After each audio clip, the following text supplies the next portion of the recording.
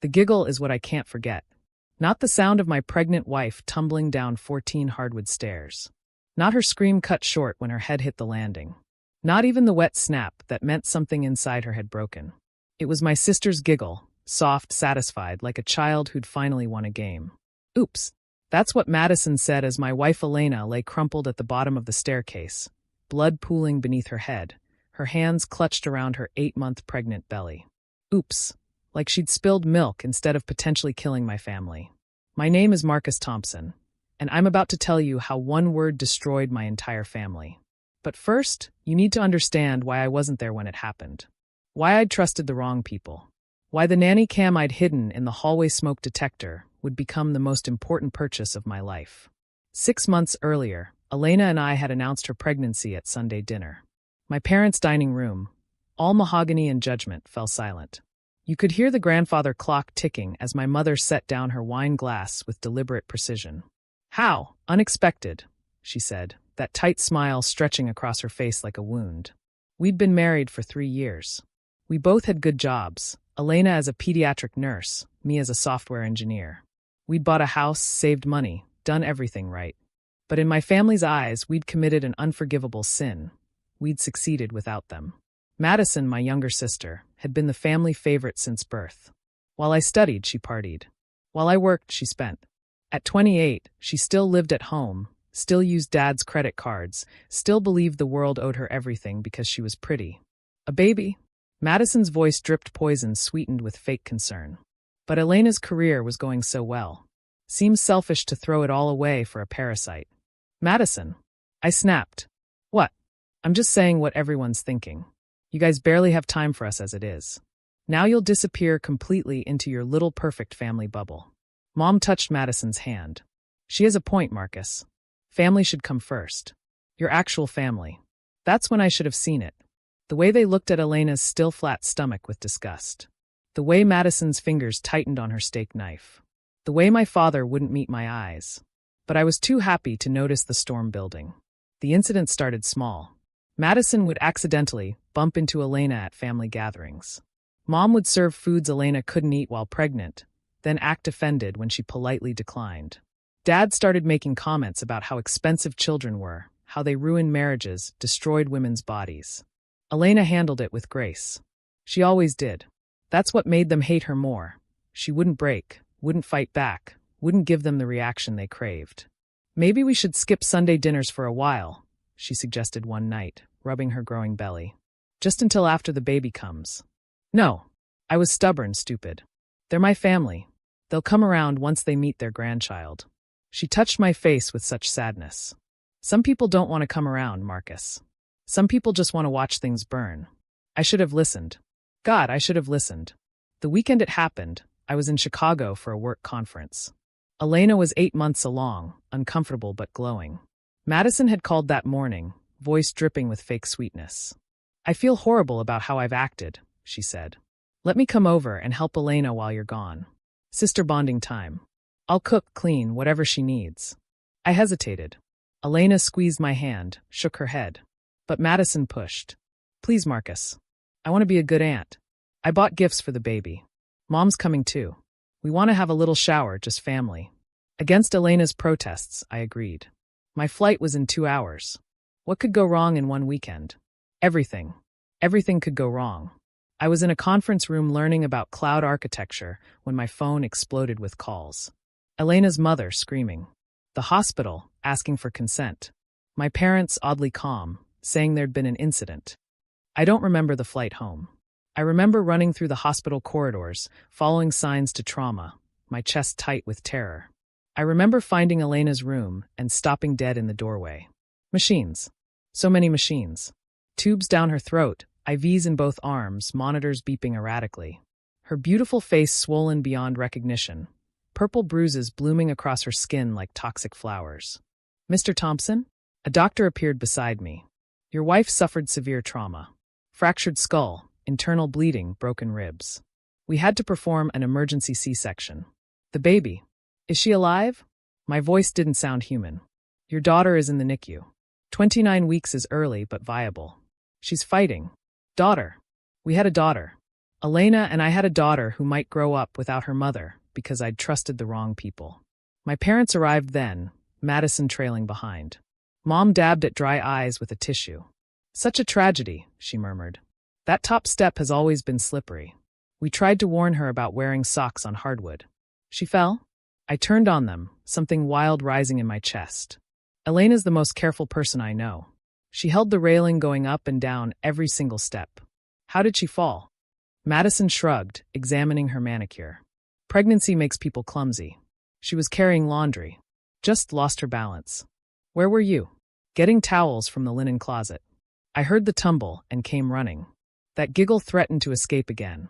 I saw her swallow it. So scary. And you, Mom? In the kitchen making tea. By the time we got to her, she shuddered delicately. All that blood. Their story was practiced perfect. Too perfect. But I had bigger concerns. Elena needed surgery. Our daughter needed to survive. The questions could wait. They couldn't wait long. Elena survived the first surgery, then the second. She remained in a coma while our daughter, tiny, fierce Sophia, fought for each breath in her incubator. I lived at the hospital, sleeping in chairs, washing in public restrooms, existing on coffee and terror. Madison visited once, bringing flowers that reeked of funeral homes. How's our little miracle? She cooed at Sophia's incubator. So small. So fragile. Anything could happen to something that weak. Get out. Marcus, I'm trying to be supportive. Get out. She left, but not before whispering. This is what happens when people reach above their station. The fall is always hardest. That night, I couldn't stop thinking about her words. The fall. Like she'd orchestrated it. I went home for the first time in a week, just to shower and grab clothes. The house felt wrong, too quiet, too empty. I climbed the stairs slowly, studying each step. No water. No loose boards. Nothing slippery. At the top, I stopped. Something dark stained the carpet runner. Blood, cleaned but not quite erased.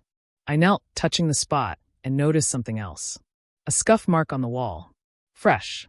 Like someone had kicked it, or been pushed into it. My hands shook as I pulled out my phone, accessing the home security app I'd installed months ago. Elena didn't know about all the cameras. I'd been paranoid after a break-in down the street. The obvious ones were in the living room and kitchen. But I'd hidden others, including one in the hallway smoke detector. I scrolled back to Saturday, 2:47 p.m. There was Elena, 8 months pregnant, carefully navigating the stairs with a laundry basket. She held the railing, just as I knew she would. Behind her, Madison appeared from the guest room. Elena reached the top step. Madison said something. Elena turned, confused. Then Madison's hands shot out. Hard. Deliberate. Elena's eyes widened as she fell backward. The basket flew. Her hands reached for anything, finding nothing. She tumbled down, down, down, her body hitting each step with sickening thuds. And Madison? She stood at the top, watching. Waiting. Only when Elena stopped moving did she saunter down, careful not to slip in the blood. She nudged Elena with her foot. Giggled. Oops. Then, calm as Sunday morning, she walked to the linen closet and pulled out towels. Arranged them around Elena's head. Went to get my mother. The performance after that was Oscar-worthy. Madison screaming for help. Mom calling 911. Both of them crying, comforting each other, playing the traumatized witnesses. I threw up in the kitchen sink. Then I called the police. The arrest happened at another Sunday dinner. I insisted on being there, told my parents I needed family support. They believed me because they'd always believed their own lies. We were halfway through Mom's pot roast when the doorbell rang. I'll get it, I said. 2 detectives and 4 uniformed officers stood on the porch. Madison Thompson? Detective Williams held up her badge. You're under arrest for attempted murder and assault on an unborn child. The dining room erupted. Madison screaming denials. Mom sobbing about mistakes. Dad threatening to call lawyers. There's video, I said quietly. She pushed my pregnant wife down the stairs. It's all on video. Madison's face went white. You recorded me? In my own home. My house. My cameras. My family you tried to murder. As they cuffed her, she started laughing. Hysterical, unhinged. She was ruining everything. You were supposed to choose us. Blood is thicker than water. You're right, I said. And you spilled my wife's blood. My daughter's blood. That's thicker than whatever poison runs through your veins. The trial was swift. The video was damning. Madison got 15 years, eligible for parole in 7. My parents hired the best lawyers, mortgaging their house, draining their retirement. It didn't matter. You can't argue with video. They disowned me, of course. Called me a traitor for choosing that woman over family. I changed my locks and never looked back. Elena woke up 3 weeks after the attack. The first word she whispered was Sophia. She's perfect, I told her, showing her pictures of our daughter. Tiny but perfect. Just like her mom. She remembered everything. The push. The fall. The fear that our baby would die because of Madison's jealousy. I knew, she whispered. At the top of the stairs, I knew she was going to do something. Her eyes, there was nothing human in them. The recovery was long. Physical therapy. Counseling. Learning to trust again. But Elena is the strongest person I know. She survived. We survived. Sophia came home after 2 months in the NICU. She's 3 now, healthy and wild and perfect. She has Elena's eyes and my stubbornness and absolutely no relationship with my side of the family. Sometimes I get letters from prison. Madison swears it was an accident, that the video was misinterpreted, that I'm destroying the family. I throw them away unopened now. My mother sends birthday cards to Sophia with passive-aggressive messages. Hope you're happy with the family you chose over the one God gave you. Those go in the trash too. But late at night, when Sophia's asleep and Elena's beside me, I sometimes think about that giggle. That satisfied sound of someone who thought they'd won. Madison was right about one thing. I did choose. I chose my wife, my daughter, my future over the toxic past that would have destroyed us all. And when Sophia asks about Daddy's family someday, I'll tell her the truth. Sometimes the most dangerous people are the ones who share your blood. Sometimes family isn't about DNA. It's about who shows up, who stays, who loves you without conditions or jealousy or rage. Sometimes you have to cut the poison out to save the patient. Even if the poison